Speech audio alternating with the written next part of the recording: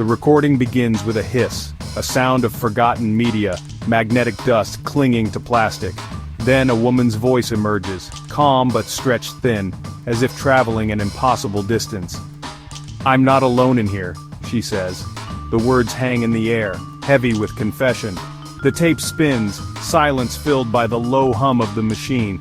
I lean closer, headphones tight, isolated from the world. But this feels different. Less like a discovery, more like a warning. The voice returns, now trembling. It watches me. The hiss deepens, morphing into the sound of slow, inhuman breathing. A cold prickle crawls up my neck. The noise is the signal. It's a presence, encoded in the tape. Suddenly, the voice gasps. "I can see you now!" The words aren't for the past. They're for me, Eli. Alone in my studio, 2025. The hiss swells into a roar, a scream of white noise. I rip off my headphones. Silence is deafening. The tape player spins on. The woman's voice is gone, but her words echo, a digital ghost crossing time. The room is colder than it should be. I stare at the cassette. The echo box, faded ink. It looks ordinary. It isn't. It's a container, a trap, and I've just opened it. The silence in my apartment feels watchful. I almost hear static in the corners, the ghost of the recording bleeding into reality. The voice saw me. Now, I feel seen. The line between listener and listened to is gone, the echo has crossed over. My life is a curated collection of silences. I live and work alone, my apartment more laboratory than home. I'm an audio archivist, a digital undertaker for dying media. I give decaying whispers of the past a sterile immortality as digital files. My world is waveforms and the hum of machines, a landscape of forgotten conversations and lost music. Solitude is my solace. In my studio I control chaos, filter noise, amplify whispers. Couriers drop off boxes of mystery tapes. I prefer the company of the dead on my tapes to the living. The voices I listen to can't talk back. They exist as data, patterns I translate into ones and zeros. I'm a warden of a digital graveyard, content in my silent kingdom, but loneliness is a quiet hum you forget, until something new disrupts the pattern. My world is built on the belief that the past stays in the past, that a recording is just a recording.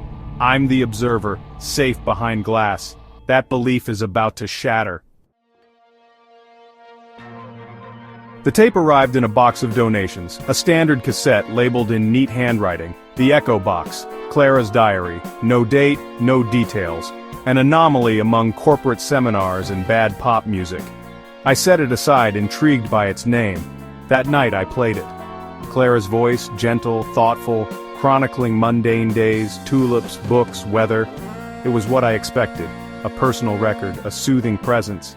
As I digitized it, I noticed faint background sounds, chimes, creaks, wind. They added authenticity, made me feel present in her world. The name fit, a box of echoes from a quiet life. But the background changed. In one entry, faint weeping hid beneath her words. I isolated the frequency. It was there, a sadness not her own. Another entry, a heavy footstep on gravel, though Clara lived alone. These were not her sounds. They were intrusions. The echo box was capturing more than her voice. It was recording something else, something that didn't belong. The ordinary had become ominous. I kept listening, compelled by the mystery. The tape was no longer just a diary. It was a portal. The change was gradual, a creeping infection in the audio. During my third session, Clara described a dream. Beneath her words, a soft, rhythmic tapping, tap, tap, tap, faint like fingernails on wood. I paused, checked my equipment. Silence. Played the tape again. Tap, tap, tap. It was there, embedded in the recording. I ran a spectral analysis. Clara's voice was steady, the tapping sharp and isolated. The anomalies grew, contextual, responsive. When Clara spoke of safety, I heard a lock jiggling. When she said she was alone, I heard a second set of breathing. The tape was no longer a diary. The past was bleeding into the present. My reality was being rewritten by sound. I couldn't stop listening. I was losing control. The echo was alive. The sounds invaded my life. Floorboards creaked heavier, as if someone walked outside my door. I checked the locks, but the sounds persisted. Acoustic facts, not imagination. The weeping from Clara's tape echoed in my vents, sometimes right behind me. I left a white noise machine on, but the sounds cut through, clearer than ever. My training cursed me. I heard everything. The normal sounds of my building became threats. Was it wind or the tape's whisper, the elevator or something being dragged? I stopped sleeping. The silence was filled with someone else's breathing, syncing with my own. My work, once sanctuary, was now torment. Yet I couldn't stop listening. I was obsessed. I felt connected to Clara, a shared haunting. The tape was a puzzle I had to solve, even as it unraveled my sanity. I was cataloging my own descent. The haunting became personal. The entity on the tape knew I was listening. One night, analyzing static, a new voice crackled through my headphones. Not Clara's, but a distorted, malicious rasp. "I know you're there," it said. The words weren't on the tape. They were for me now. I replayed the section. This time, leave her alone. The tape was interactive, a haunted technology adapting to me. I was no longer just an archivist. I was a participant. My obsession deepened into a dialogue. I asked questions aloud to the spinning tape. "Who are you?" Sometimes static answered, "We. Hungry." The entity was communicating, confirming my fear. The echo box wasn't just echoing the past. It was a conduit for something alive. The voice began to use Clara's words against me, reassembling them into threats. "My garden is so peaceful," Clara's voice would say. Then the static, "No one will hear you." The entity was a predator, turning my technology into weapons. The waveforms on my screen looked like teeth. I was trapped in a feedback loop of terror, a conversation with a ghost in the machine. The boundaries of reality and recording were gone. I was being hunted, and I couldn't stop listening. The breaking point came on a rain-slicked night. The sounds in my apartment were constant. Moans, footsteps, whispers forming my name. I hadn't slept in days. My reflection was a stranger. I grabbed the tape and a hammer, intent on destroying it. As I raised the hammer, a scream filled my mind. Clara's voice, agonized. "Don't!" I dropped the hammer, clutching my head. The pressure in my skull was immense. The tape was unharmed. I realized it wasn't the container, it was the key. The entity wasn't in the tape, it was in the files I'd created, the digital copies. I hadn't preserved a ghost. I'd replicated it, backed it up, uploaded it. Deleting the tape would do nothing. The entity was already running, on my hard drive, in my cloud. The sounds weren't echoes, they were colonization. Destroying the tape was pointless. The infection was inside me. My mind was the new echo box. The code was executing. I was the operating system. The parasite had found its host. I was no longer in control. The story was no longer mine. The entity was rewriting reality. I was the new medium. The infection was complete. The echo had become me, and I could feel it spreading. The pressure in my head intensified.